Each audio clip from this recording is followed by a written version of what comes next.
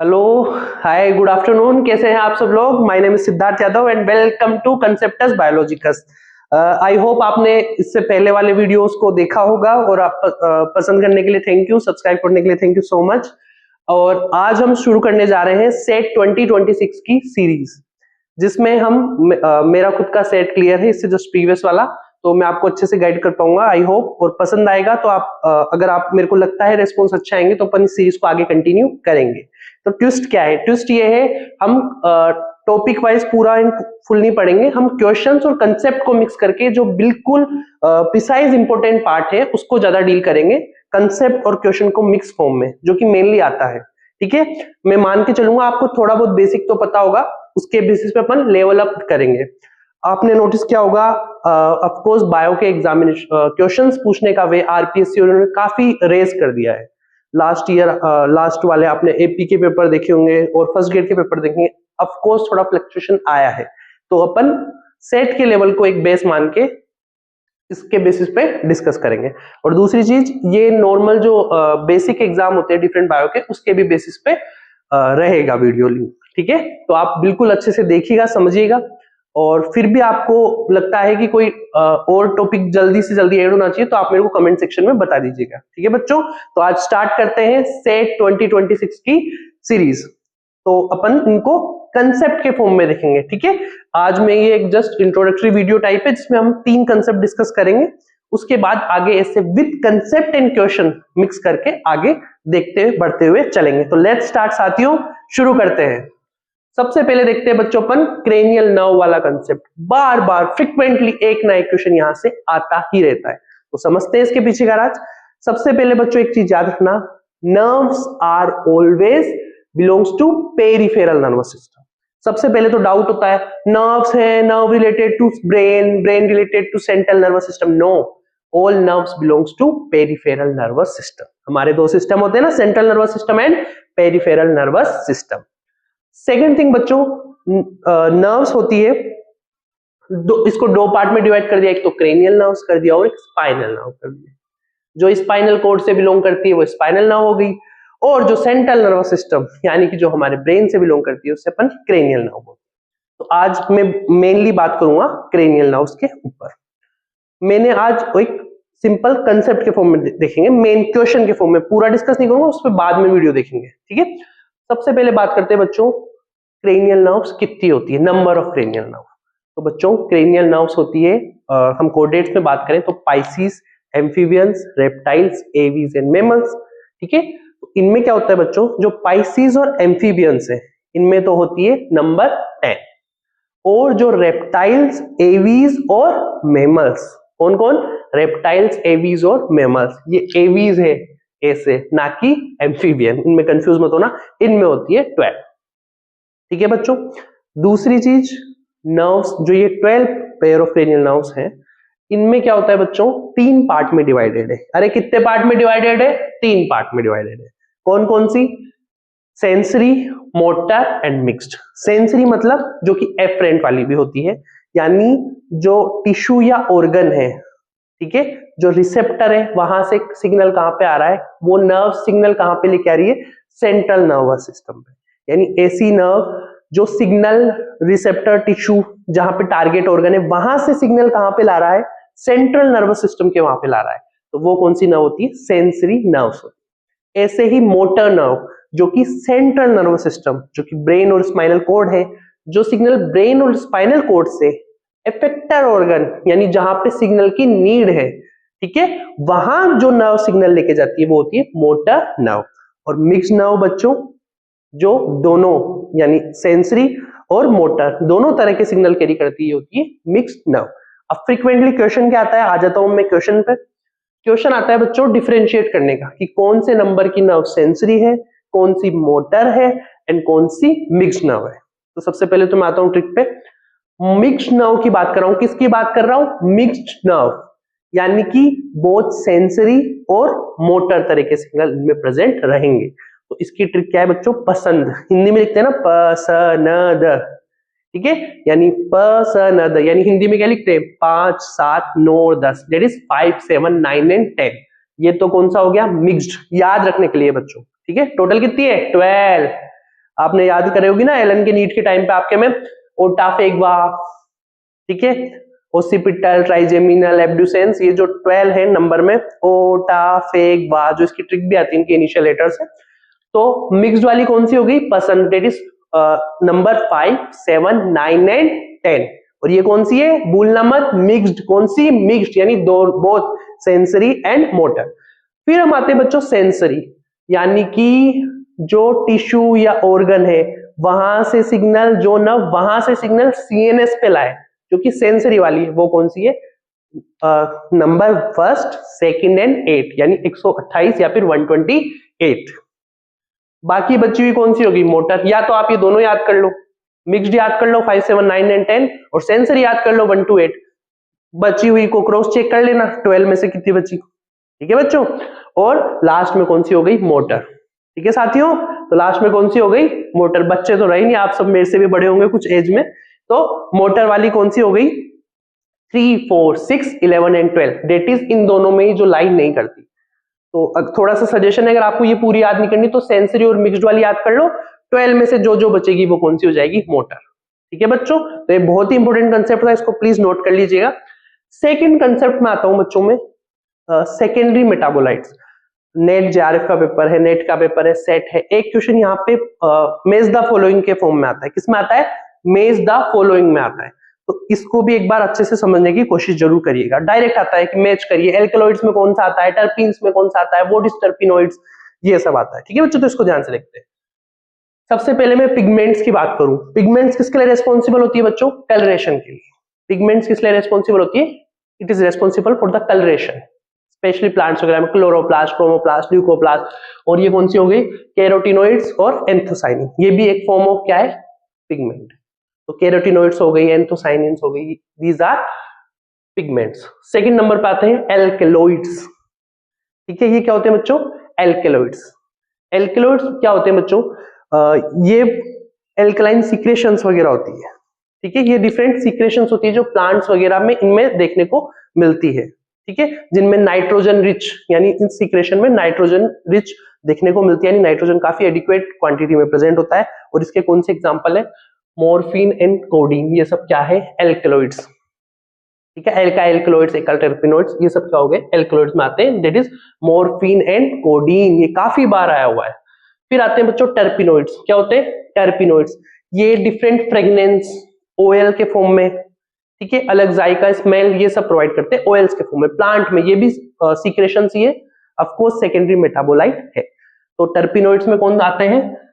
मोनोटर्पिनॉइड्स और डाइटर्पिनॉइड्स। ठीक है, भूलना मत, एल्कलॉइड कौन है? Morphine and codeine, these are alkaloid, nitrogen rich. और टर्पिनॉइड्स, इसमें कौन आते हैं? मोनोटर्पिनॉइड्स और डाइटर्पिनॉइड्स। फिर आते हैं एसेंशियल ऑयल्स।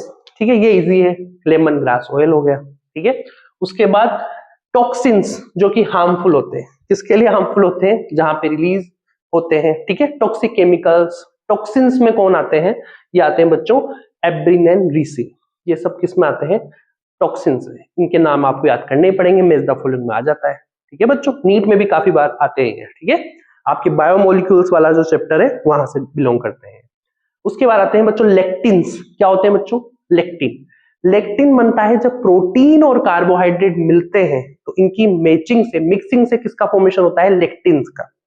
और ये हमारी बॉडी में अच्छे से सही से डाइजेस्ट नहीं हो पाता, इस वजह से भी ये थोड़ा बहुत हमारे लिए हार्मफुल भी रहता है। तो ये होते हैं लेक्टिन्स, और इसमें कौन लाई करता है? कॉन्केवलिन ए। तो लेक्टिन्स में कौन लाई करता है? कॉन्केवलिन ए। उसके बाद ड्रग्स आ गए। अरे ड्रग्स क्या है? नॉर्मल फॉर्म में किसी भी ड्रग को, ड्रग सब अच्छे हैं, अगर नॉर्मल और सही तरह से लेंगे इसको तो वो ड्रग है, हमारे लिए गुड है फॉर अस। लेकिन उसी को ज्यादा क्वांटिटी में लेंगे, इलीगल और इननेसेसरी यूज में लेंगे, ठीक है, for pleasure, for different activities, तो वो क्या बन जाता है? ड्रग अब्यूज बन जाता है। तो नॉर्मल ड्रग में कौन आ जाते हैं? विनब्लास्टिन, ठीक है, कुकुरमिसिन। और ये विनब्लास्टिन और विनक्रिस्टिन, ठीक है, कैंसर के लिए भी इसके ट्रीटमेंट में होता है। ठीक है, विनब्लास्टिन, विनक्रिस्टिन्स, ये सब कैंसर में भी डिफरेंट में आती है। तो ये सब क्या है? डिफरेंट ड्रग्स है। Plenty of numbers of drugs are available in market. और कुरकुमिसिन, ठीक है। और लास्ट आता है पॉलीमेरिक सब्सटेंस, यानी वही एनिथाइलिन, ये सब जो भी एक मोनोमर यूनिट से मल्टीपल मोनोमर यूनिट से जो बनता है वो हो जाता है पॉलीमर। ज्यादातर सिंथेटिक होते हैं, रबर्स, गम, सेल्यूलोज, ये सब इसमें लाई करते हैं। अब मैं आता हूं बच्चों आज के अपने थर्ड और जो लास्ट कंसेप्ट है, आज हल्का सा शुरू किया अपन ने, तो ये थर्ड कंसेप्ट है बच्चों क्रोमोसोमल डिसऑर्डर। ये भी मोस्ट फ्रिक्वेंटली आपके बार बार आते रहते हैं, नीट वगैरह में हो या ऑफकोर्स एक नया क्वेश्चन यहाँ से जूलॉजी से रिलेटेड तो ऑफकोर्स डाल ही देता है, ठीक है। कुछ इजी है तो आपने पढ़े होंगे, लेकिन ये जो मैंने लिस्ट किए इतने आपको पता होने चाहिए, इनको मिस मत करना बच्चों, ठीक है, इनको मिस मत करना। बहुत ज्यादा पढ़ने की नीड नहीं है, लेकिन ये बोर्ड में जो मैंने 15 लिखे हैं इनको एक बार जरूर याद करना, क्योंकि आजकल थोड़ा ट्रिकी करने के लिए वो एक ना एक नाम एक्स्ट्रा डाल देता है। इनकी डिटेलिंग जो बहुत इजी है, ये तो आपने एनसीईआरटी में देख लोगे, अभी डाउन सिंड्रोम, एडवर्ड सिंड्रोम, ये तो बहुत इजी है, टर्नर सिंड्रोम, इन्हीं की पूछेगा, डिटेल पूछेगा तो, अदरवाइज डायरेक्ट पूछ लेगा, ठीक है बच्चों। तो थिंग इज, जैसे डाउन सिंड्रोम की बात करते हैं तो ये होता है ट्राइसोमी ऑफ क्रोमोसोम नंबर 21, ठीक है। मैं इसको पूरा डिस्कस नहीं करूंगा, पूरा बताऊंगा नहीं, वो अलग वीडियो में देखेंगे कभी, फिलहाल मैं एग्जाम पॉइंट ऑफ व्यू से डिस्कस कर रहा हूं। तो डाउन सिंड्रोम क्या होता है, ट्राइसोमी ऑफ क्रोमोसोम नंबर 21, ये एन्यूप्लॉइडी है, एडिशन होता है कौन से पे, क्रोमोसोम नंबर 21 पे। सेकंड पे आते हैं एडवर्ड सिंड्रोम, सेम उसी के जैसे है, ये कहां पे हो रहा है, ऑटोसोम्स में। आपके जो ह्यूमन बींग्स में 23 पेयर है, नंबर में 46 है, तो जो भी सेक्स क्रोमोसोम के अलावा यानी एक्स एंड वाई के अलावा जहां हो वो जाता है ऑटोसोमल, और जो सेक्स क्रोमोसोम पे होता है वो हो जाता है सेक्स क्रोमोसोम, ठीक है। तो फिलहाल अपन ऑटोसोमल देख रहे हैं, तो इसमें एडवर्ड सिंड्रोम भी किसमें आएगा, ऑटोसोमल में। क्यों, अरे भाई सेक्स क्रोमोसोम नहीं है ना इसमें, तो ये एन्यूप्लॉइडी का केस है ये भी। इसमें क्या हो जाता है, ट्राइसोमी हो जाता है 18th वाले का। डाउन्स में क्या हो रहा था, नंबर वाला 21st वाले का हो रहा था वहां पे, और यहाँ पे 18th वाले का हो रहा है। ऐसे ही पटाउ सिंड्रोम किसका हो जाता है, trisomy of chromosome number 13। Trisomy हो गया, एक एडिशन हो गया, डाई बाई डाई ट्राई होता है ना, मोनो बाई डाई और ट्राई, ऐसे ट्राइसोमी हो गई, एक कॉपी और आ गई। एन्यूप्लॉइडी का कैसे, एक वीडियो में आपको एन्यूप्लॉइडी, नल्लीसोमी, मोनोसोमी ये भी बता दूंगा, बट फिलहाल ये समझ लीजिए क्योंकि एग्जाम में डायरेक्ट मैच द फॉलोइंग में आता है। उसके बाद आते हैं केट क्राई सिंड्रोम, जिसे क्राइडू-चेट सिंड्रोम भी बोलते हैं, यानी बिल्ली के बच्चे के रोने की तरह आवाज आती है सिंड्रोम में, ठीक है, वोकल कॉर्ड से उनसे रिलेटेड है। तो यहाँ पे क्या होता है, ये सबसे पहले स्ट्रक्चरल एब्नॉर्मलिटी का केस है। यहाँ पे तो क्रोमोसोम के नंबर में चेंज हो रहा था, वहां 46 से 47 हो रहे थे, एक एडिशनल हो रहा था ना, यहाँ पे क्रोमोसोम की स्ट्रक्चरल एब्नॉर्मलिटी है, यानी स्ट्रक्चर में चेंज हो रहा है। तो ये हो जाएगा बच्चों partial deletion of short arm of chromosome number 5। जो क्रोमोसोम नंबर 5 है उसमें जो शॉर्ट आर्म है, बिग आर्म तो क्यू से क्वीन होती है, और शॉर्ट आर्म जो पी वाली है उसमें डिलीशन हो जाता है, ठीक है। उसके बाद आते हैं टर्नर सिंड्रोम, एक्सओ, क्रोमोसोमल है, 45 हो जाता है 46 से, एक ही एक्स रहता है, फीमेल होगी, ठीक है, थोड़ी मेंटली टार्डेड, वेब नेक, ये सब इसमें आपने ऑफ कोर्स पढ़ रखा है एनसीईआरटी में। फिर आते हैं बच्चों क्लेनफेल्टर सिंड्रोम, मेल में होता है, एडिशनल हो जाता है, एक एक्स क्रोमोसोम और आ जाता है। जनरली मेल कैसा होता है, एक्स वाई होता है, लेकिन यहाँ पे एक एक्स क्रोमोसोम और आके ऐड हो जाता है, तो ये हो जाता है क्लेनफेल्टर सिंड्रोम। अब आता है जेकब सिंड्रोम, ये थोड़ा नया है, इसको अच्छे से याद रखना। मेल में एक्स्ट्रा वाई क्रोमोसोम आ जाए तो वो कौन सा हो जाता है, जेकब सिंड्रोम, या सुपरमैन सिंड्रोम भी बोलते हैं। इसमें जो पर्सन होगा उसकी हाइट क्या हो जाती है, बढ़ जाती है, नॉर्मल पर्सन से हाइट क्या हो जाती है, रेस, लंबा रहता है, टॉल स्टेचर रहता है, ठीक है। और हर ऑर्गेनिज्म में ये डिफरेंट डिफरेंट देखने को मिलता है। फॉर एग्जांपल सबसे पहले आपने एक चीज नोटिस किया होगा, इन सब के आगे मैंने सिंड्रोम लिख रखा है। अब आप बोलोगे सर क्या है, बीमारी होगी, नो, सिंड्रोम मींस होता है ग्रुप ऑफ डिजीजेस। जब एक से ज्यादा एब्नॉर्मलिटीज होती है तब अपन वर्ड सिंड्रोम यूज करते हैं, ठीक है। नॉर्मल कॉमन कोल्ड हो गया, एक डिजीज हो गई, कोई भी हो गई, लेकिन सिंड्रोम जब होता है यानी एक से ज्यादा डिजीज वहां पे आ जाती है, तो ये भी ध्यान रखिएगा। एक और चीज बच्चों, जब भी एक्स एंड वाई होगा या एक्स एंड एक्स होगा, एक्स जब तक है ना वो फीमेल रहेगा, एक भी वाई आ गया, मैंने 1 2 3 4 एक्स लगा दिए, लेकिन एक भी वाई आ गया तो वो उसका सेक्स फिर मेल होगा, ठीक है। मेलनेस के लिए वाई रेस्पॉन्सिबल होता है, ठीक है। TDF SRY जीन आगे देखेंगे। क्लेनफेल्टर हो गया, जेकब हो गया, एक्स्ट्रा वाई क्रोमोसोम यहाँ पे होता है, हाइट स्टेचर, टॉल स्टेचर होता है यहाँ पे। ट्रिपल एक्स सिंड्रोम, और यानी नॉर्मल फीमेल है XX, उसमें एक एक्स और ऐड हो गया तो क्या हो जाएगा, ट्रिपल एक्स सिंड्रोम। ऐसे ही मेल है उसमें एक एडिशनल वाई और जुड़ गया, मेल क्या होता है XY होता है, उसमें एडिशनल एक वाई हो जाता है, ऐड हो गया, तो क्या हो जाएगा XYY सिंड्रोम। एक और चीज बच्चों, बाई क्रोमोसोम रेस्पॉन्सिबल होता है higher maturity, higher testosterone level promote करेगा, इससे क्रिमिनल बेंट ऑफ माइंड भी देखा गया है। ज्यादातर असाइलम्स वगैरह में जब किया कि ये जो चाइल्ड से रिलेटेड क्राइम है, तब देखा गया कि वाई क्रोमोसोम जो कि बहुत ही ज्यादा पेशेवर, काफी भयंकर डिफरेंट सॉर्ट ऑफ क्रिमिनल्स थे, बहुत ही अग्रेशन वाले साइकोपैथ क्रिमिनल, उनमें देखा गया है, नॉट ऑलवेज बट 90-95% कि वाई क्रोमोसोम बहुत ही ज्यादा एक्टिव था, टेस्टोस्टेरोन लेवल बहुत ही ज्यादा हाई देखने को मिले थे, सुपर वाई केसेस जो कि होते हैं बच्चों। उसके बाद आता है Wolf Hirschhornian syndrome, Wolf Hirschhorn syndrome. कौन सा है? Wolf Hirschhorn syndrome. और इसमें क्या होता है बच्चों, short arm of chromosome number 4 का क्या हो जाता है, डिलीशन हो जाता है। वो कौन सा होता है? Wolf Hirschhornian syndrome. इसमें फेशियल एब्नॉर्मलिटीज ये सब देखने को मिलता है। इनका नाम याद रख लीजिए, बस ये याद रख लीजिए, काफी है, बहुत ज्यादा डिटेल इनमें से नहीं पूछेगा। हाँ, जो आपके एनसीईआरटी में दिए हैं उनमें फिर भी थोड़ी डिटेलिंग आएगी, इनको आप नाम से याद कर लो, सेट मेल इनफ। फिर आता है डाइजियोड सिंड्रोम। इसमें क्या होता है, माइक्रो डिलीशन होता है क्रोमोसोम नंबर 26, यानी 22वें नंबर ऑफ क्रोमोसोम पे, क्रोमोसोम नंबर 22 पे माइक्रो डिलीशन होता है। ठीक है बच्चों। उसके बाद आता है प्रेडर विली सिंड्रोम और एंगलमैन सिंड्रोम।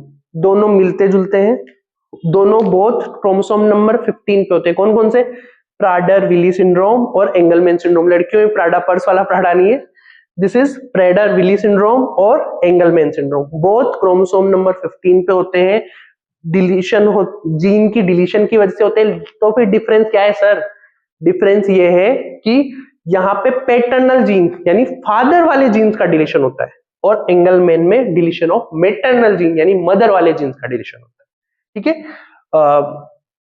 और एंगलमैन सिंड्रोम में फीमेल जो होती है बहुत ज्यादा हंसने लग जाती है, रुकती नहीं, ऐसे इनके कुछ एब्नॉर्मलिटीज है, याद रखने के लिए। ठीक है। और फिर आता है फिलेडेल्फिया क्रोमोसोम। ये भी काफी इंपॉर्टेंट है, फ्रीक्वेंटली आ रहा है क्योंकि ये ट्रांसलोकेशन का केस है, यानी एक जीन से दोनों का टूटना और दूसरे जीन पे जाके ऐड हो जाना, ट्रांसलोकेट होना। और ये होता है बच्चों chromosome number 9 and chromosome number 22। The translocation in between chromosome number 9 and in chromosome 22। तो वो कौन सा केस है? फिलेडेल्फिया क्रोमोसोम भी इन दोनों क्रोमोसोम को, that is chromosome number 9 and chromosome number 22 को बोलते हैं। उसके बाद आता है cat eye syndrome. Congenital defect, eye में डिफेक्ट हो जाता है, यहाँ पे एक्स्ट्रा एडिशन होता है क्रोमोसोम नंबर 22 के मटेरियल में। ये कौन सा हो गया? केटाई सिंड्रोम, एक्स्ट्रा क्रोमोसोम नंबर 22 में। फिर आता है विलियम सिंड्रोम। कौन सा है ये? William syndrome. यहाँ पे क्रोमोसोम नंबर 7 में डिलीशन देखने को मिलता है। सेट के अकॉर्डिंग ये 15 इनफ है, इन्हीं को 2-3 बार पढ़िए और रिवाइज करिए। और आपको और इंटरेस्टिंग अच्छे से याद करना है तो एक आइडिया देता हूँ, इनके नेम डाल के गूगल पे इनकी इमेज वगैरह देख के एक 2 चीजें याद कर लो, दैट्स इनफ। इन एक्स्ट्रा चीजों में बहुत ज्यादा डिटेल में नहीं पढ़ना है, ज्यादा डिटेल में नहीं पूछेगा। जो एनसीईआरटी वाले पॉइंट्स है, हाँ उनमें डिटेल में जा सकता है। ठीक है। तो अगर वीडियो पसंद आया हो तो चैनल को लाइक, सब्सक्राइब एंड शेयर करें, और कमेंट सेक्शन में बताएं आपको किस टॉपिक पे चाहिए। ये सीरीज आगे इसी वजह से चलेगी, वीडियो मिस करना, हर वीडियो में नए कंसेप्ट के साथ आएंगे। And thank you so much.